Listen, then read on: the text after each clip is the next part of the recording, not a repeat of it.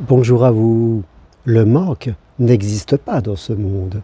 Bien sûr, il y a des gens qui manquent d'amour, qui manquent de matériel, qui manquent d'argent, qui manquent du nécessaire. Mais le manque en lui-même n'existe pas, car nous habitons dans un monde de profusion, d'opulence.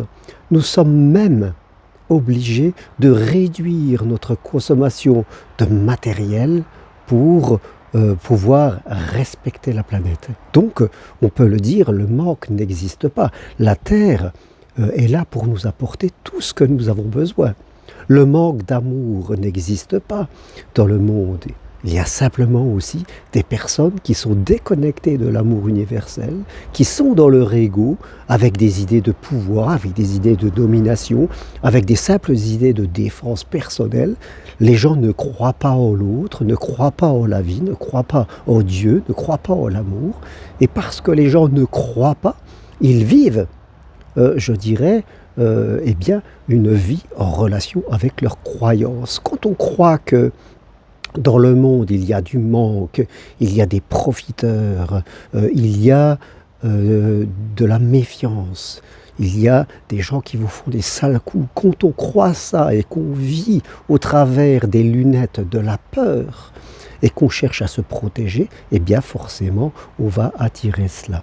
Hein, le voleur attire le gendarme. C'est ainsi que les choses se font souvent. C'est la loi de l'attraction, comme on dit dans tous les sens du terme, qu'elle soit positive ou négative. Ce que l'on manque, oui, ce sont de gens qui ont la foi.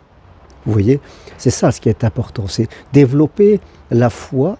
La foi, c'est au-dessus des croyances limitantes. Hein. On pourrait imaginer deux pôles, c'est-à-dire d'un côté on aurait la peur et de l'autre côté il y aurait la foi. Au milieu, il y aurait un petit peu les croyances. Mais une croyance positive doit toujours se défendre contre une croyance négative.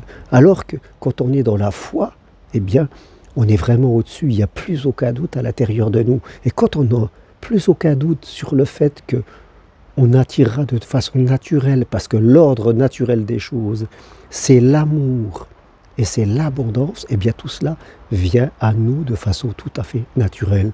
Nous percevons l'amour et l'abondance que nous avons autour de nous.